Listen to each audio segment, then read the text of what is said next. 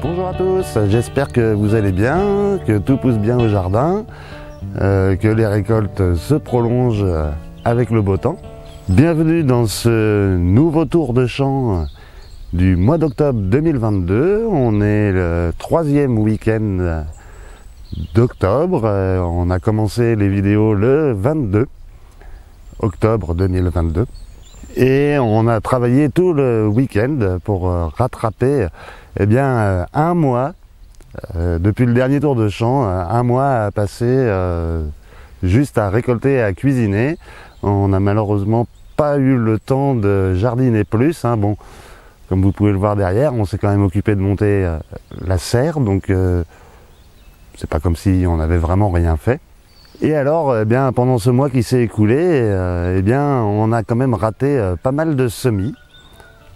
Les semis d'épinards, de mâches, on a eu pas mal de dégâts sur les salades. Donc voilà, c'est pas encore vraiment le moment de tirer un bilan, mais je dirais moi que la saison a été quand même relativement bonne, voire même très bonne. Bon, il a fallu arroser, ça, il n'y a pas le choix, c'est comme ça. On a eu très peu de problèmes de maladies. Sur les tomates, là on a fait la dernière taille des feuillages et il n'y avait toujours pas de mildiou, donc ça c'est quand même assez épatant. Bon, ça montre quand même un vrai manque d'humidité dans l'air.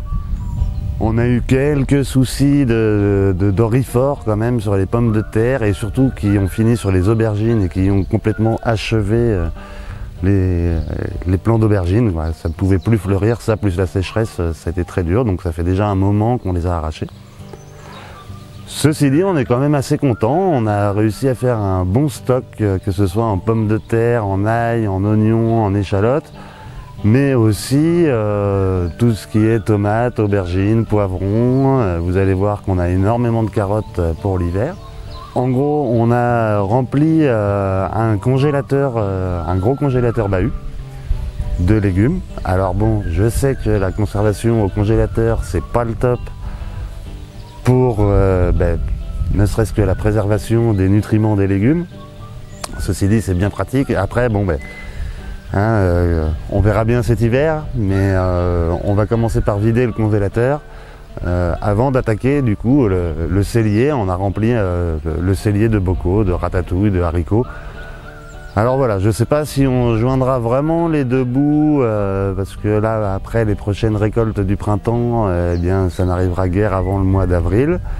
Est-ce qu'on tiendra jusque là avec le stock? Je ne sais pas, mais on verra bien. En tout cas, je pense qu'au jardin on aura un problème de jonction parce qu'on a raté quand même les semis du mois de septembre, qui sont très importants, mais bon, on ne peut pas être partout, c'est comme ça. Alors c'est parti, je vous propose de venir avec moi en visite. On se fait le tour de champ, et puis on va parler un peu engrais verts, on va parler exposition du soleil, on va parler des semis de fèves, on va voilà, allez, on se fait le tour, c'est parti, suivez le guide.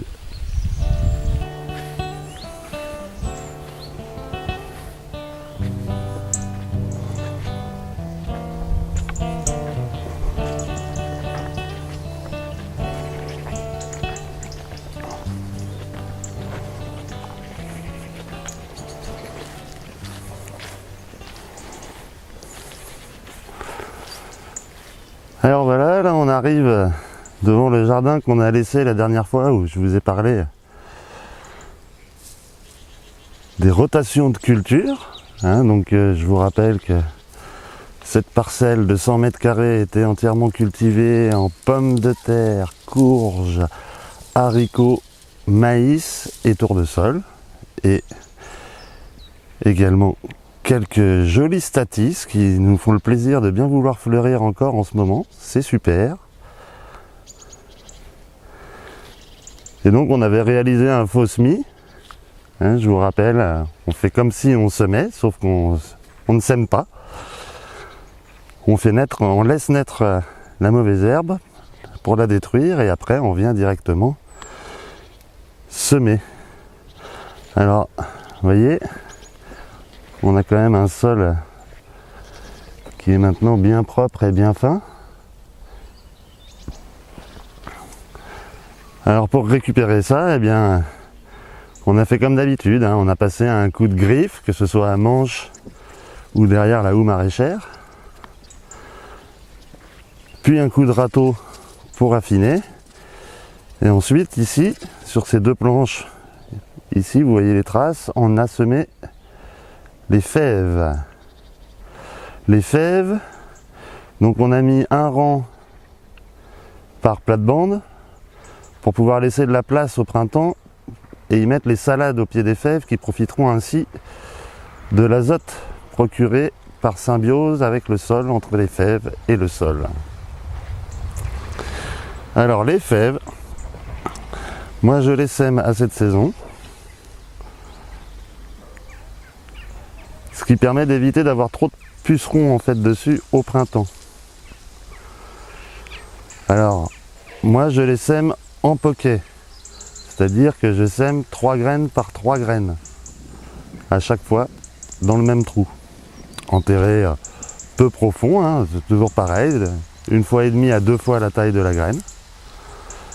Et le fait de les semer en poquet comme ça, eh ben, ça permet d'éviter d'avoir à les buter en fait au printemps, parce que la fève étant une plante assez haute et assez ligneuse, elle a tendance à verser au printemps avec le poids des fruits, et si vous prenez une grosse averse par exemple avec un bon coup de vent, c'est des coups à ce qu'elle s'effondre. Donc certains les butent, certains les tuteur même en palissade.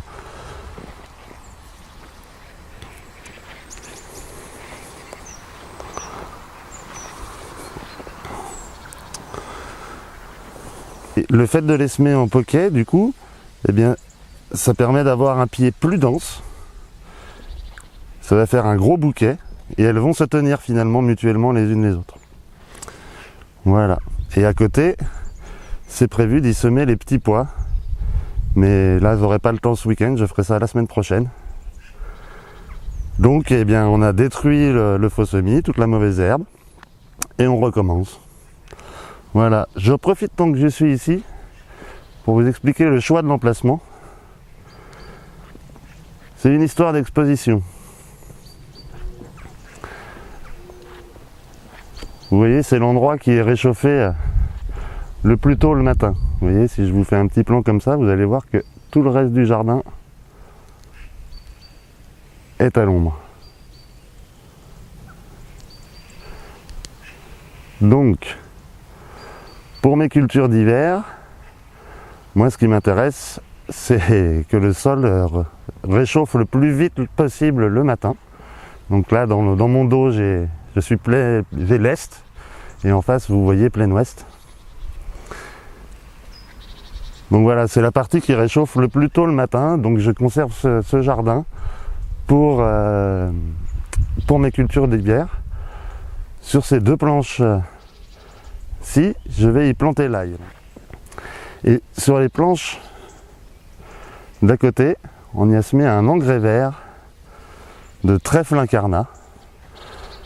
Le trèfle ayant également pour vertu d'apporter de l'azote dans le sol. Et le trèfle incarnat est une fleur magnifique au printemps. Alors je fais un petit arrêt vite fait ici pendant, j'interromps un peu la visite, quand même pour vous faire un petit topo sur les engrais verts. Les engrais verts, qu'est-ce que c'est? On appelle aussi ça le couvert végétal. Il faut savoir, et ça c'est très important, il faut absolument éviter au maximum de laisser un sol nu tout l'hiver. Pourquoi? Déjà parce qu'avec la pluie, ça va lessiver votre sol, ça va faire descendre tous les éléments dans le fond du sol. Si vous êtes en pente, ça va vous les amener en bas du terrain. Et en plus, ça va vraiment le tasser. La pluie va vraiment compacter votre sol, le damer complètement. Donc pour ça, il faut toujours que le sol soit protégé, soit par une culture, soit par un paillage organique ou synthétique, hein, une bâche c'est pareil, soit du coup par une culture d'engrais verts.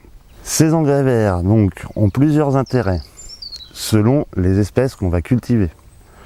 il va y avoir des pois, donc des légumineuses qui vont servir surtout à amener de l'azote dans le sol.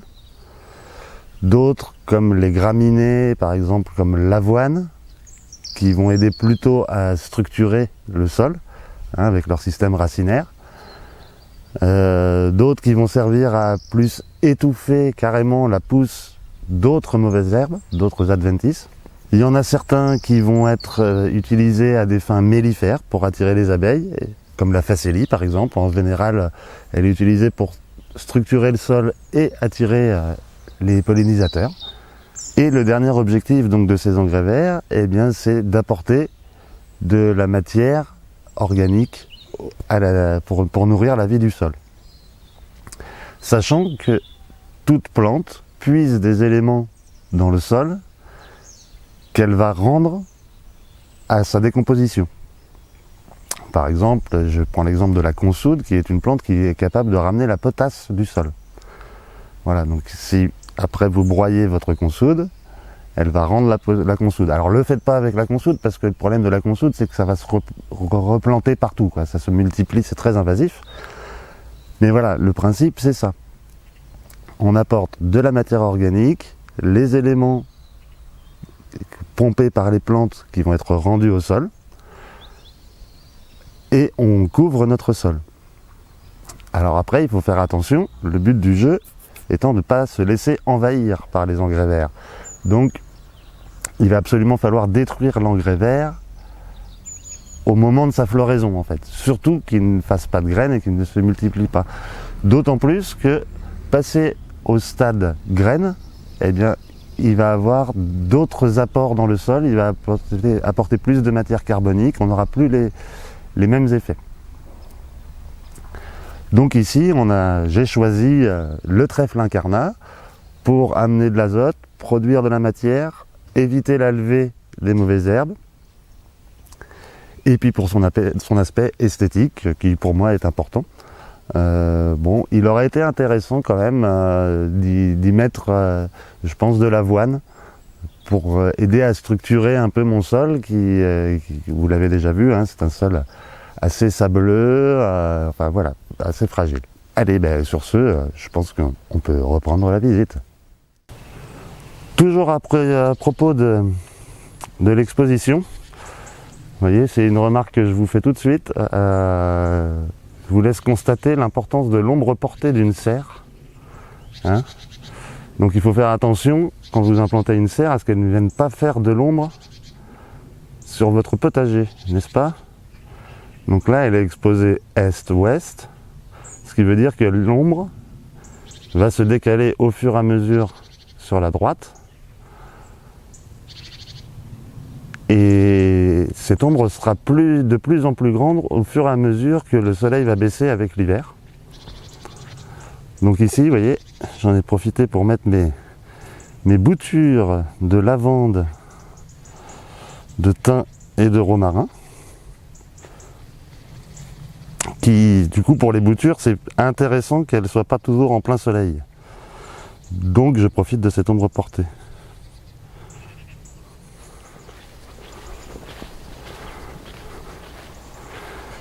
Ici, nous sommes sur notre deuxième jardin, donc de 100 mètres carrés.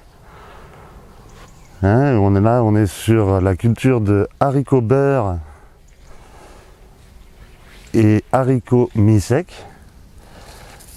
Donc ce semis qu'on a fait au mois d'août et qui en ce moment nous donne beaucoup de haricots beurre. On en est très content.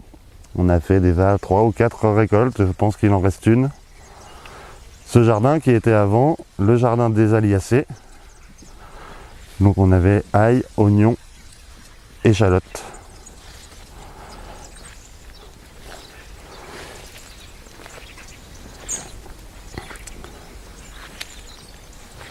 Voilà. Ensuite on a ce jardin que je vous avais montré, que j'avais repris au motoculteur, où je devais y mettre de la mâche et des épinards. Mais finalement le mois a été bien trop rempli. J'ai pas pu faire tout ce que je voulais. Donc finalement, eh bien, je l'ai passé aussi en engrais vert, toujours en trèfle incarnat.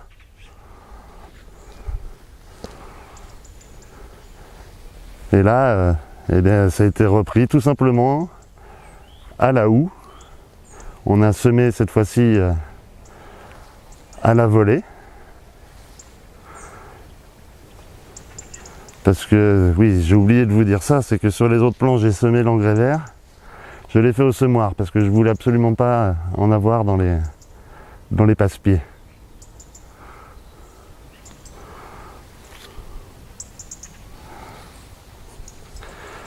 Voilà, ici on avait notre culture de tomates et de cornichons. Et bien on a refait le même principe. Hein. Bon, ça a été un gros boulot parce qu'on était bien envahi par le liseron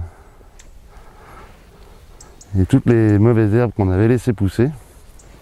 Alors vous voyez, on a quand même réussi à récupérer le sol et à avoir quelque chose de propre. Bon, c'est pas nickel. Bon, après c'est pour l'hivernage. Hein. C'est pour semer un engrais vert et protéger le sol. Et là on a notre magnifique culture de carottes. Alors je vous cache pas que moi je prends un grand plaisir avec les légumes racines, c'est toujours un peu la chasse au trésor. Et je vais essayer de vous montrer. On va bien voir ce que ça donne.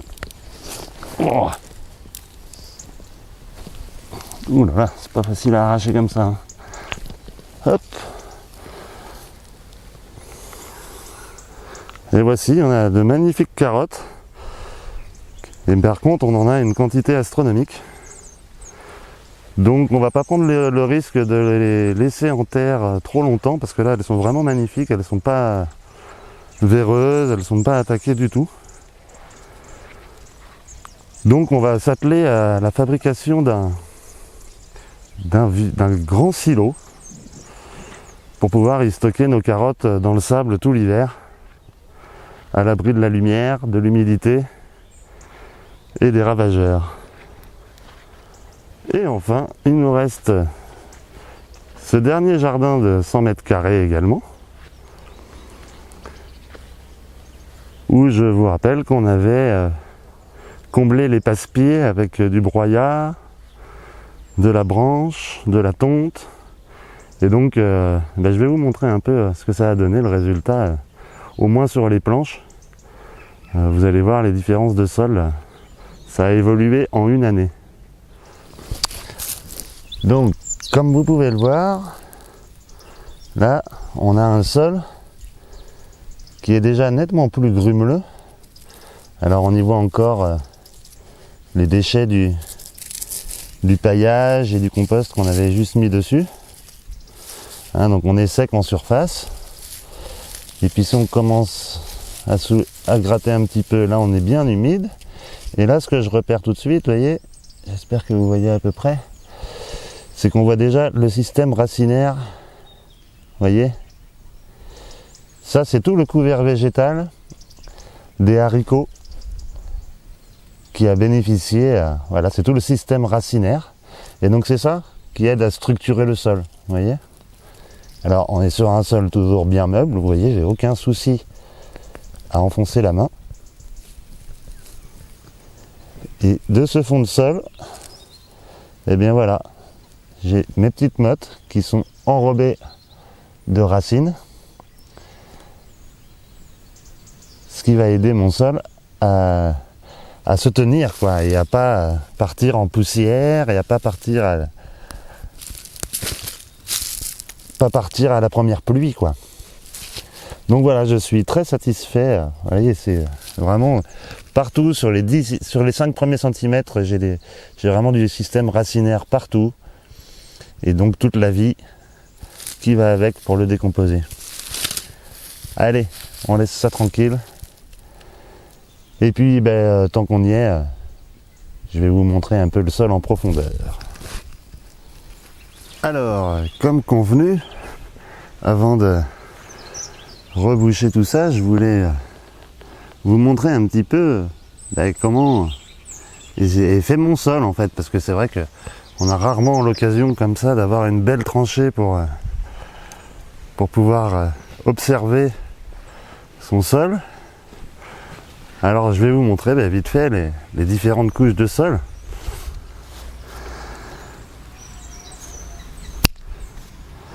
Alors comme vous pouvez le voir ici, on voit bien les différentes couches de sol. Hein, vous avez ici la partie aérobique qui contient de l'oxygène, celle qu'on appelle la terre arable. Alors vous voyez ici, hein, on voit bien où s'arrêtent les racines, et en dessous, vous voyez où c'est complètement lissé. Et bien là, on est sur la couche anaérobique du sol. Et là-dedans, il n'y a pas de racines, il n'y a rien qui passe. Hein, vous voyez, c'est pas du tout la même structure. Donc si vous voulez que je vous montre, regardez. Et ici, on est vraiment dans la terre qui s'effrite. Et je dirais à peu près sur un bon 50 cm, hein, au moins. Là, j'ai des racines ici. On est presque à 5, ouais, on est à un bon 50 cm. Vous voyez ici, je peux enfoncer mon tournevis finalement assez facilement. Par contre, attendez, je vous montre. Dans le fond, sur le côté là, vous voyez, là, il n'est pas question d'y planter le tournevis. Hein, donc c'est vraiment ces deux couches là qui ne se mélangent jamais. Et donc les jardiniers, ben nous c'est cette première couche là de 30-40 cm qui nous intéresse, hein, finalement. C'est cette couche qui doit être bien aérée, bien décompactée pour que les systèmes racinaires puissent s'y développer correctement, parce que vous voyez dessous, hein, il ne s'y passe rien, on n'a que de la terre tassée. Et puis, si je recule et que je vous montre un petit peu notre monticule, ben vous voyez là, on découvre qu'on a de la pierre. Je n'en ai pas du tout dans les 30-40 premiers centimètres. Ça, c'est vraiment ce qui a été au fond. Et alors, c'est de la pierre de granit. Et donc, ben, finalement, tout ceci confirme tous les autotests qu'on avait fait à l'acide chlorhydrique. Donc, voici la roche-mère de mon terrain, qui est granitique, qui est une très vieille roche, très dure, et qui du coup libère très peu de minéraux. Donc c'est pour ça que finalement je suis obligé de rajouter du calcaire dans ma terre. Vous voyez, et puis une fois qu'on est au fond, le caillou il est juste ici, hein. Vous voyez, je n'ai pas du tout de rab. Donc on a 30 cm environ, 30-40 cm de terre arable, de terre végétale. Et puis en dessous, on a la couche aérobique et directement le caillou. Voilà. Et on voit bien les différentes strates du sol, hein. Là, on aperçoit tout de suite le caillou de granit qui a été attaqué à la pelleteuse, hein. Bon. C'est là-dessus qu'est bâtie la maison, hein, donc ça par contre c'est solide. Et si on se promène un petit peu, on va pouvoir observer par exemple ici, vous voyez, ici on change encore de couleur, hein. On a une couche ici qui est très riche en matière organique et je pense en cendres. Je pense qu'il doit y avoir un ancien feu. Vous voyez toute cette strate? Donc, ici nous avons toujours nos côtes de bêtes qu'on avait plantées au printemps, hein, qu'on avait laissé monter à graines, et vous voyez, eh bien j'ai des milliers de plants de côtes de bêtes qui se sont ressemés. Alors malheureusement c'est pas trop la peine de les transplanter maintenant, sauf si c'était pour les mettre sous abri, mais là à ce stade là elles vont pas supporter. Cet hiver elles vont geler quoi. Donc ce que je fais, c'est que je les laisse pousser comme ça, et puis on vient les cueillir tendres, on les mange en jeunes pousses, en salade tout simplement, et des fois on en fait des petites poêlées de verdure.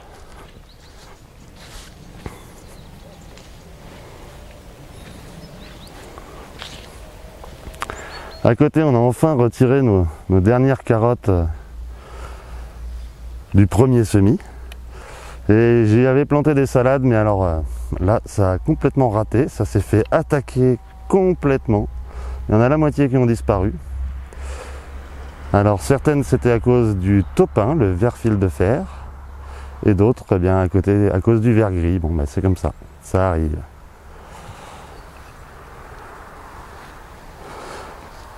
À côté, on a toujours notre culture de betterave, où là, eh bien, il semblerait qu'on va en avoir pour tout l'hiver.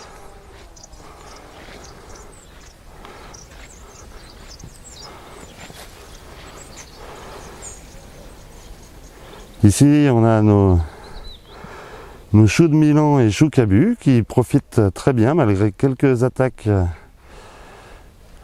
de gastéropodes. Vous voyez ici, elles sont bien attaquées et on y voit des traces de mucus, donc c'est de la limace ou de l'escargot. Donc bon, à ce stade-là, moi personnellement, ça ne me gêne pas trop. Alors vous voyez ce fameux passe-pied qui n'a pas été recouvert de branchage et de broyat, eh bien le chien-dent a repoussé, donc il me faut encore passer pour l'arracher.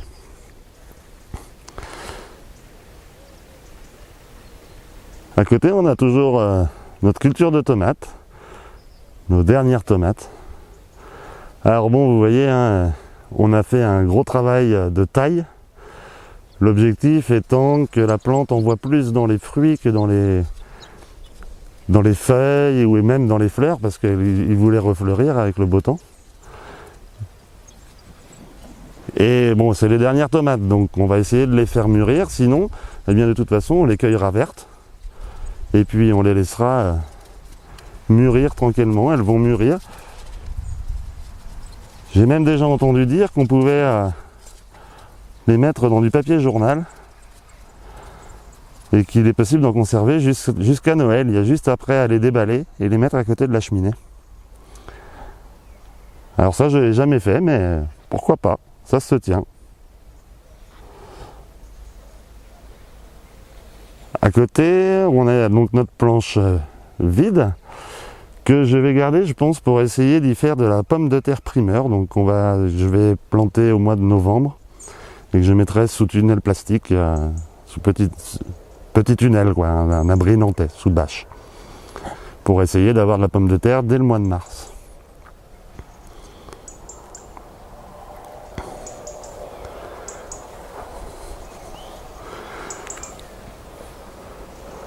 À côté, on a nos navets qui sont, ma foi, magnifiques aussi, mais presque un peu trop, parce que là, ils sont déjà à complète maturité.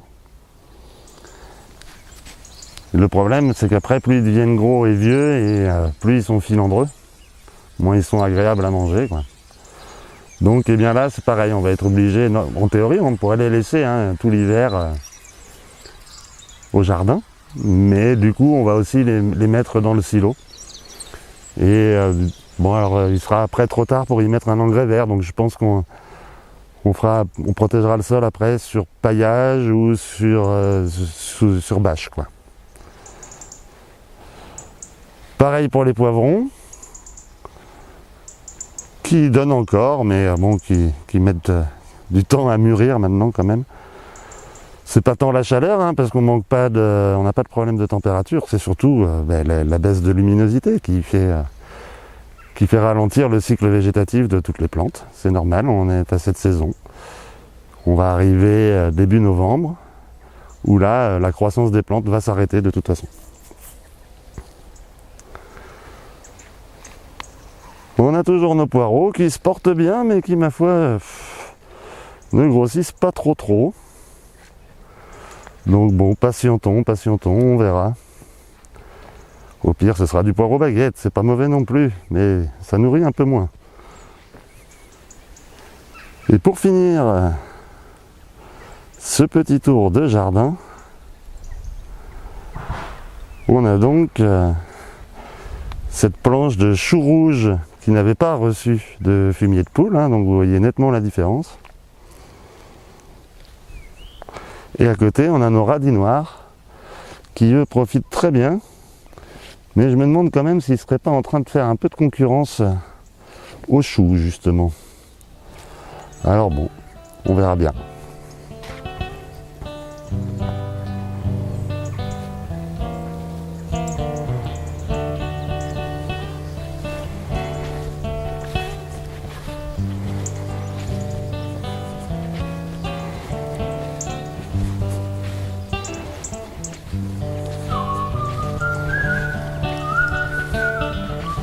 Alors voilà, ça y est, on arrive enfin à la fin de ce tour de champ. Hein. Je crois qu'on a bouclé le truc en à peu près une demi-heure, donc c'est plutôt pas mal pour un week-end de travail.